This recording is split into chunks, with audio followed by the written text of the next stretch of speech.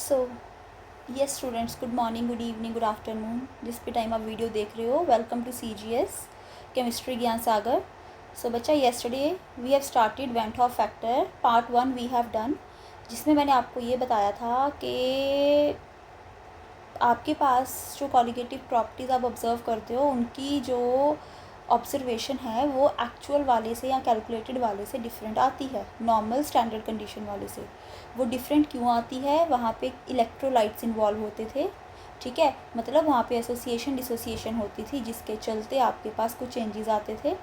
और उस चीज़ को हम लोगों ने कैसे रेक्टिफाई किया था? With the help of this I factor, ठीक है। और मैंने कल आपको इसमें 100% डिसोसिएशन का केस बताया था। आई एम होपिंग आपको वो समझ में आ गया होगा, ठीक है।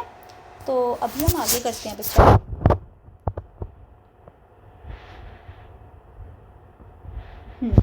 आज मैं आपको समझाऊंगी कल हमने क्या किया था कि 100% डिसोसिएशन अगर होती है तो उस केस में आई किसके इक्वल होता है? नंबर ऑफ आयंस फॉर्म्ड, ठीक है।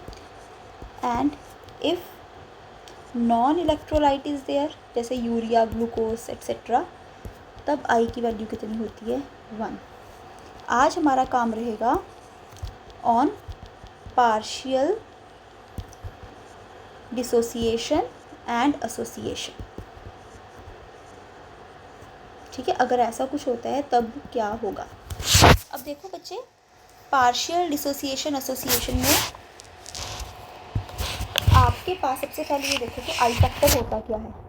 आई फैक्टर होता है ऑब्जर्व्ड कॉलिगेटिव प्रॉपर्टी, जो आप लोग देख रहे हो, upon normal calculated colligative property. मतलब जो स्टैंडर्ड आइडियल कंडीशंस पे है, मतलब ये वो वाली वैल्यू है नॉर्मल वाली, कि जब नॉर्मल वाली कौन सी है? जब आपने बच्चा जी देखा कि कोई इलेक्ट्रोलाइट जब आपने पानी में डाला तो वो ब्रेक नहीं हुआ, बस उसी के आधार पे कर दिया, बट एक्चुअल में वो डिसोसिएट होता है, उससे रिजल्ट चेंज होते हैं, उसको ऑब्जर्व हो गया, ठीक है।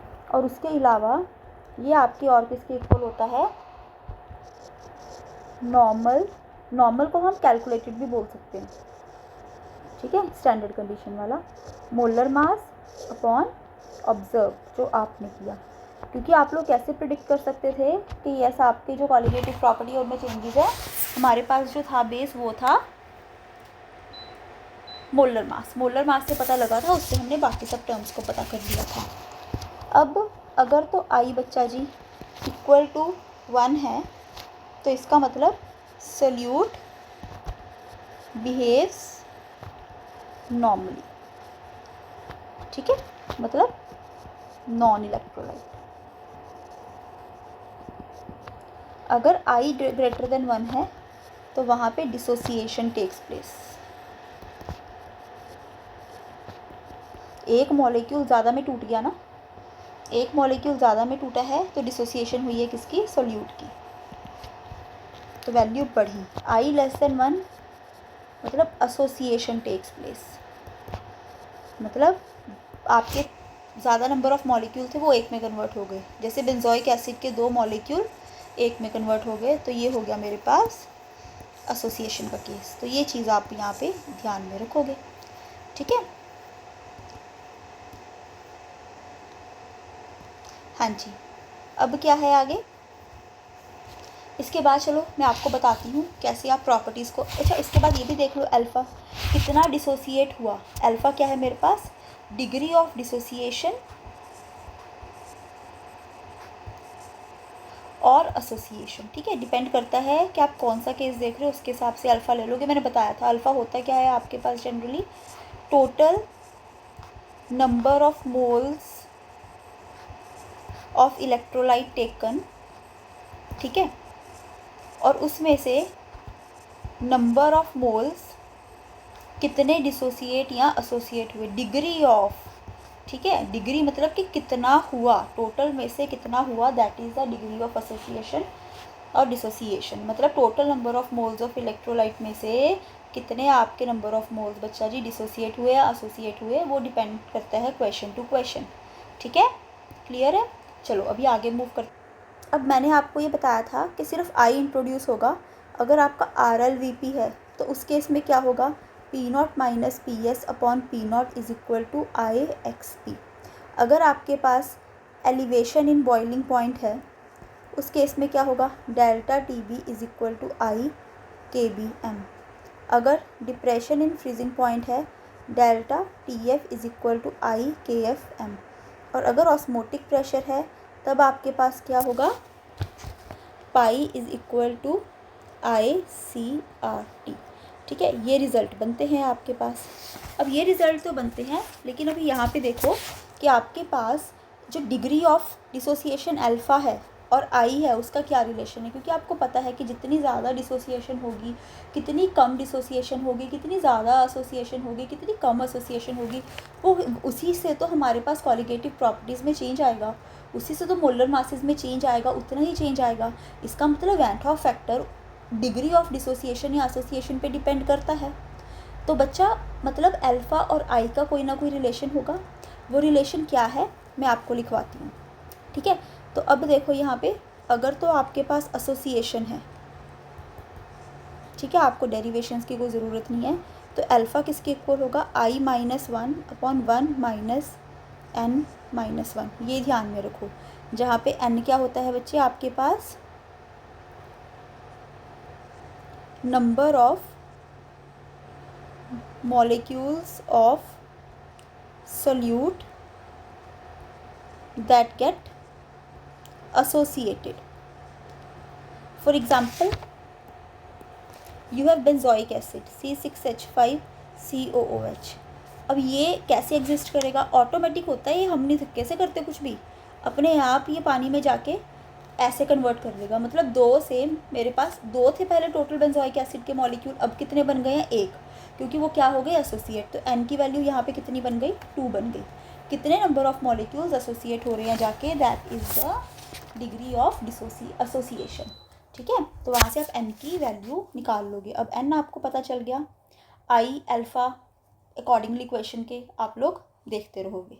ठीक है, वो कैसे करना मैं आपको बताऊँगी। अब उसके बाद है बच्चा जी डिसोसिएशन। डिसोसिएशन के केस में क्या फॉर्मूला है, alpha is equal to I minus one upon N minus one. Again N क्या होगा, number of molecules of solute that get dissociated. ठीक है, ये अब ये देखो, इस क्वेश्चन में देखो, क्वेश्चन से समझ आएगा, ये सारा ना आपको क्वेश्चन से समझ आने वाला है। आपको ये तो पता है कैसे आपको ये कॉलिगेटिव प्रॉपर्टीज़ निकालनी होती है, बस एक आई इंट्रोड्यूस किया है, उससे क्या चेंजेस आते हैं क्वेश्चन में वो सीखो। इन्होंने कहा है 2 gram of benzoic acid dissolve in, benzoic acid है ना, ये इलेक्ट्रोलाइट है, टूटेगा पानी में जाके या जुड़ेगा पानी में जाके, तो इसमें आई फैक्टर लगेगा। बाकी क्वेश्चन रीड करो, देखो, dissolve in 25 gram of benzene shows a depression in freezing point which is equal to 1.62 kelvin. K F दिया हुआ है, what is the percentage association, बोल ही दिया कि इसकी एसोसिएशन होगी, कैसे होगी वो आपको देखना है। ठीक है, कैसे होती है एसोसिएशन,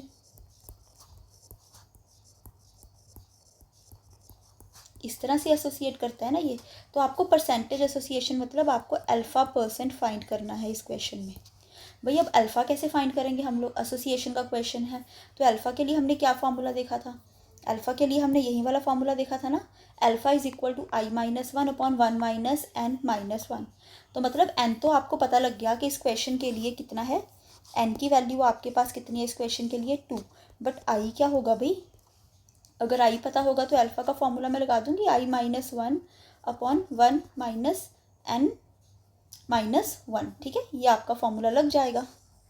तो आपको ये तो पता लग गया फॉर्मूला कौन से लगाने हैं, तो पर ये करना कैसे है, एन आपको पता लग गया, अल्फ़ा आपको निकालना, अल्फ़ा परसेंट निकालना है, तो मतलब जो भी आपका आंसर आएगा उसको किससे मल्टीप्लाई कर दोगे, 100 से मल्टीप्लाई कर दोगे। तो आई कैसे निकालोगे, सिंपल, तो आपकी कौन सी प्रॉपर्टी यूज़ हो रही है, डिप्रेशन इन फ्रीजिंग पॉइंट, तो यहाँ पे आपने ये वाला फॉर्मूला लगा दिया। डेल्टा टी एफ कितना दे रखा है आपको, 1.62। बच्चे आपको डिटेल कैसे ये वाले क्वेश्चंस होते हैं एलिवेशन डिप्रेशन वगैरह के, उसके लिए आप मेरी प्रीवियस वीडियोस देख लो, क्योंकि यहाँ पे मैं सिर्फ आई फैक्टर पे ज़्यादा एम्फोसाइज कर रही हूँ कि कैसे उसको यूज़ करना है। ठीक है, तो आई आपको निकालना है, के एफ आपके पास है 4.9 अब मोलालिटी क्या होती है बच्चे आपके पास, WB, मतलब 2 ग्राम कितने में, 25 ग्राम में डिज़ोल्व हुआ। तो 25 ग्राम क्या हो गया बच्चे मेरे पास, 25 ग्राम को मैंने केजी में कन्वर्ट कर लिया। बेंजोइक एसिड का कितना बनेगा भाई, देख लो, 12 into 6 plus 5 into 1 plus 12 plus 2 into 16 plus 1। ठीक है, तो अब इसको करोगे तो आपके पास आएगा 122 ग्राम पर मोल। तो यहाँ पे आपने क्या पुट कर दिया, 22 ग्राम, WB upon MB into given mass of solvent in KGs. ठीक है, number of moles of solute बन गई है upon mass of solvent in KG. अब इसको सॉल्व करो, इसको सॉल्व कैसे करोगे, ये कितने पे चला गया आपके पास 61, ये कितने पे गया 41.62। और मैं ना आपको ये भी रिकमेंड करूँगी कि वेंट हॉफ फैक्टर वाले क्वेश्चंस में राउंडिंग ऑफ कम करना, रिजल्ट्स में ज़्यादा चेंजेस आ जाते हैं। ठीक है, तो आई की वैल्यू कितनी आई है, let me calculate. I am using the calculator for this, क्योंकि हमारा टारगेट यहाँ पे अभी आपको समझाना है क्वेश्चन।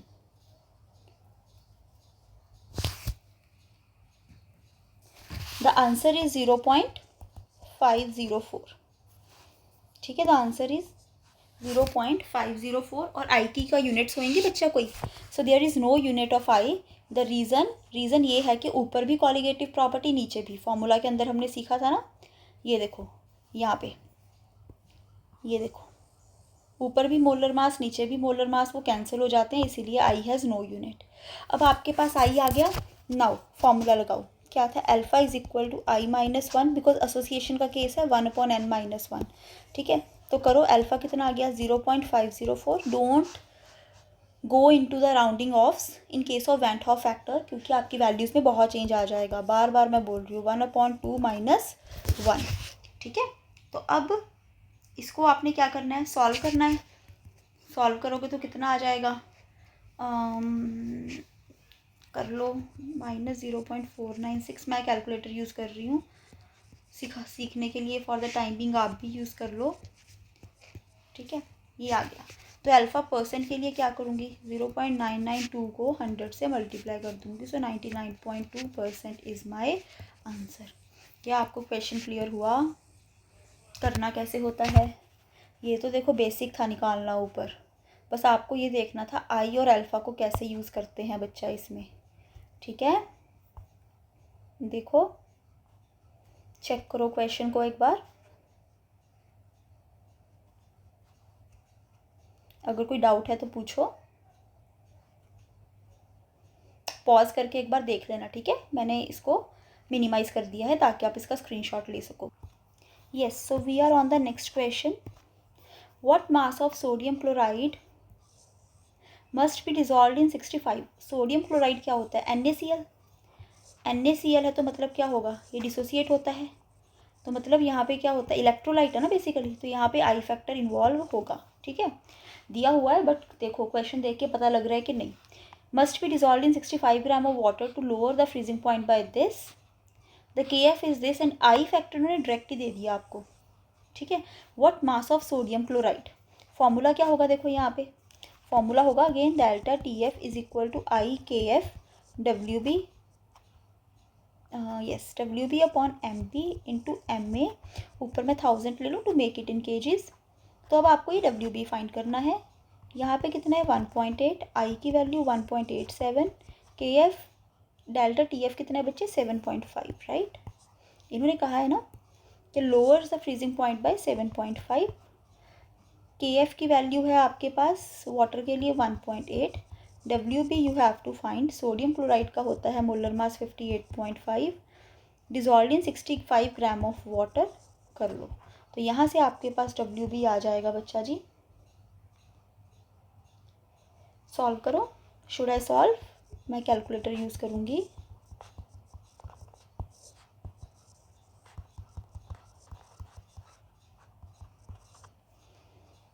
जस्ट वेट,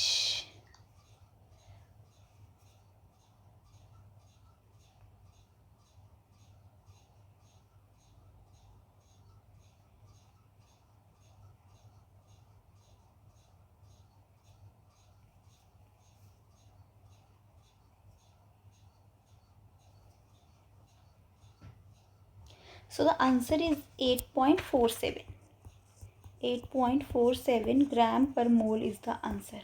समझ में आया? Question was simple. Question simple ही है, इसके कुछ नया नहीं करना आपको, सिर्फ एक आई फैक्टर इंट्रोड्यूस करना है. कैसे करना है मैंने बता दिया आपको. ठीक है, देखो इस क्वेश्चन को भी ध्यान से. Take the screenshot. Yes, in next question बच्चा, this is the last variety we have to cover.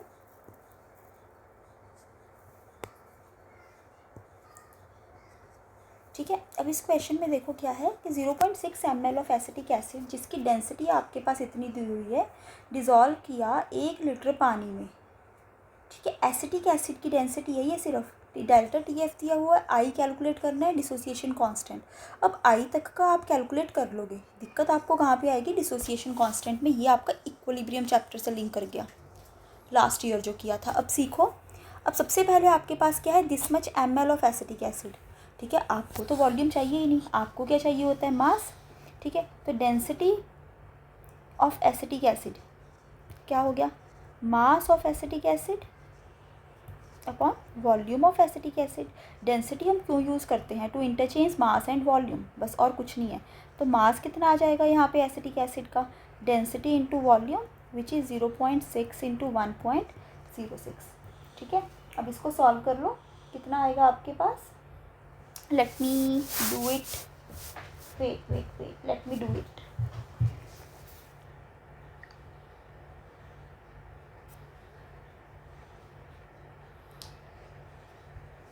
Hmm. 0.6 multiply 1.06. The answer is 0.636 grams. ठीक है, तो अब उसके बाद आपको पता है कि delta TF is equal to I KF M. तो आपके पास आई की वैल्यू क्या हो जाएगी? Delta TF upon KF into M. Delta TF आपके पास कितना है? 0.025. KF की वैल्यू कितनी है? 1.86. और ये कितना हो जाएगा? WB, which is 0.636 upon MB. Molar mass कितना होता है एसिटिक एसिड का? 60 into mass of solvent in kg. अब बच्चे देखो, पानी का भी क्या हो दिया हुआ है आपको यहाँ पे? वॉल्यूम. अब आपको पता है डेंसिटी ऑफ वाटर इज़ 1 ग्राम पर ml, 0.96. ठीक है, तो मास इक्वल टू वॉल्यूम ही हो गया. तो मास कितना हो गया इसका? 1 ग्राम ही हो गया. अगर 1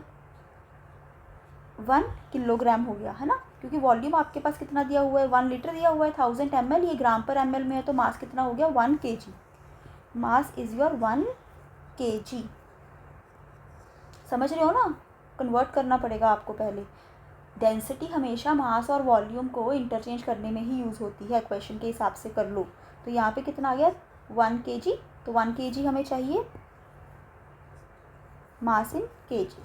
ठीक है, तो अब इसको सॉल्व कर लो. कितना आंसर आया? 205 multiply 60 divided by 1.86 divided by 0.636. So I की वैल्यू बच्चे आपके पास आई है 1.039. I can take it like 1.04. ये मेरे पास आ गया आई. Problem solve. ठीक है, अब उसके बाद मुझे क्या निकालना है बच्चा जी? KA, equilibrium constant. Equilibrium constant या डिसोसिएशन कांस्टेंट, वो कैसे निकालते थे आप लोग ऐसे निकालते थे कि जैसे मान के चलो मेरे पास इन्होंने एसिटिक एसिड दी, इन्होंने बोला है कि एसिटिक एसिड की डिसोसिएशन हुई है, वो हमेशा आपको बताएंगे. तो CH3CO negative plus H positive. ठीक है, एक मॉलिक्यूल टूटा 2 में, तो N की वैल्यू कितनी हो गई? यहाँ पे 2 हो गई. ठीक है बच्चे, और यहाँ पे आपके पास आई कितना था वैसे? 1.04. अब देखो आप लोग डिसोसिएशन कांस्टेंट कैसे निकालते थे? K आपके पास क्या होता था? Concentration of product upon concentrations of reactant. यही फॉर्मूला था. अब इनकी कंसंट्रेशन आप क्या लेके चलोगे वो भी देखो. तो आपने ये भी सीखा था कि इनिशियली जब टाइम 0 है तो आप इसको C मान रहे हो, और ये कितना है? 0, और ये भी कितना है? 0. कुछ बनानी. अब किसी टाइम T के ऊपर ये कुछ ना कुछ पार्ट टूटा, तो which is 1 minus alpha. Total का कितना पार्ट टूटा? जितना टूटा. जैसे 1 मोल टूट के 1 मोल बन रहे हैं, तो यहाँ पे भी अगर C अल्फ़ा टूटेंगे तो कितने बनेंगे? C alpha. मैं इसको डिटेल में एक्सप्लेन नहीं कर रही हूँ कि कैसे आप लोग ये स्टेप्स लेते हो. I will make different video on that. ठीक है। अभी वीडियो बनी नहीं है, कल तक मैं बना के उसको अपलोड कर दूंगी कि कैसे आप लोग डिसोसिएशन कांस्टेंट्स में ये C1 minus alpha C alpha लेते हो इक्विलिब्रियम चैप्टर से। शॉर्ट वीडियो बनाऊंगी ताकि आपके क्वेश्चंस कवर हो जाए। ओके, तब तक मैं इसमें उसको झोल मोल नहीं करूँगी। ठीक है, तो अब देखो, अब इसका मतलब क्या हो गया बच्चे, यहाँ पे ये हो गया कि आपको यहाँ पे अल्फ़ा की ज़रूरत है। अब अल्फ़ा कैसे निकालोगे, तो आपको के तो पता लग गया ना। बेसिकली यहाँ पे क्या है, C alpha into C alpha upon C1 minus alpha. C और C आपके पास क्या हो गई, कैंसिल, तो क्या बन गया C alpha square upon 1 minus alpha. और आपको ये भी पता था कि हमेशा हम लोग अल्फ़ा, क्योंकि बहुत छोटा है, डिसोसिएशन बहुत कम है, बिकॉज एसिटिक एसिड बहुत वीक एसिड है, तो आप 1 माइनस अल्फ़ा को क्या ले लेते हो, 1, तो आपके पास C अल्फ़ा स्क्वायर। फॉर्मूला ध्यान में आ रहा है कैसे बना, आई विल टेल यू कैसे आप इसको डिसोसिएट करते हो, कैसे C alpha C1 minus alpha लेते हो, कल तक आपको वीडियो मिल जाएगी। ठीक है, तो अब आपको ये तो पता लग गया कि आप के निकाल लोगे। C क्या है, कंसनट्रेशन, कितनी कंसनट्रेशन आपने उसकी ली थी। ठीक है, बट उसके लिए आपको क्या करना पड़ेगा, पहले अल्फ़ा निकालना पड़ेगा। तो अल्फ़ा कैसे निकालते हो आप बच्चा जी, डिसोसिएशन का केस है I minus 1 upon N minus 1। आई कितना आया था आपके पास 1.04 माइनस 1, N कितना था 2 माइनस 1। तो अगर आप इसको सॉल्व करोगे तो कितना आ गया 0.04 ही आ गया, 2 माइनस 1 1। ठीक है, अब उसके बाद बच्चा जी कंसंट्रेशन, कंसंट्रेशन कैसे लेते हो आप, C क्या होती है आपके पास, कंसंट्रेशन। अब कंसंट्रेशन यहाँ पे किस फॉर्म में ले रहे हो आप, मोलैलिटी की फॉर्म में। ठीक है, तो मोलैलिटी अब निकाल के देख लो ना अलग से, वरना फिर करना ही पड़ेगा आपको। ये देखो यहाँ पे जो हमने निकाली थी WB अपॉन NP, मतलब 0 पॉइंट, ये देखो यहाँ पे निकाली है मैंने, ये देखो। ठीक है, ये देखो ये क्या है मेरे पास बच्चा जी, गिवन मास। तो कैसे निकालूंगी, कितना था 0.636, राइट। 0.636 अपॉन एसिटिक एसिड का कितना होता है 60, और कितना था आपके पास 1 kg ही था। इसको सॉल्व करके देख लो आपके पास कितना आ रहा है बच्चा जी, 0.636 divided by 60 which is equal to 0.0106, ये आ गई मोलैलिटी। ठीक है, मोलर। तो आपके पास के कितना हो गया, C alpha square, C 0.0106 into alpha 0.04 into 0.04। तो इसको सॉल्व करके आपके पास वैल्यू आएगी 1.78 10⁻³ तो ये आप बन गया आपका आंसर। कुछ नहीं किया, आई निकालना आपको आता था, सिंपली मैंने आई निकाला। इस क्वेश्चन में बहुत सारी चीज़ें थी देखने वाली। पहली चीज़ आपके पास क्या थी, लेट मी यूज़ हाईलाइटर। आपके पास सबसे पहले था कि आपको वॉल्यूम की जगह पे डेंसिटी दी हुई, सॉरी मास की जगह पे इन्होंने वॉल्यूम दिया हुआ था, और वो भी स्पेशली बोल रहे हैं कि एसिटिक एसिड का है। ठीक है, तो डेंसिटी दी हुई है, तो डेंसिटी के ज़रिए हमने मास वॉल्यूम को इंटरचेंज कर लिया। पानी के लिए कभी डेंसिटी नहीं देंगे बिकॉज वो 1 होती है, तो मैंने सबसे पहले वॉल्यूम को मासेस में चेंज कर लिया वाया यूजिंग डेंसिटी। एक स्टेप हो गया। फिर उसके बाद आई निकालना था, आई निकालना इज़ वेरी सिंपल, मैंने निकाल लिया। ठीक है, अब उसके बाद इन्होंने आपको डिग्री ऑफ एसोसिएशन या डिसोसिएशन या डिग्री ऑफ डिसोसिएशन नहीं पूछा, डिसोसिएशन कांस्टेंट पूछा।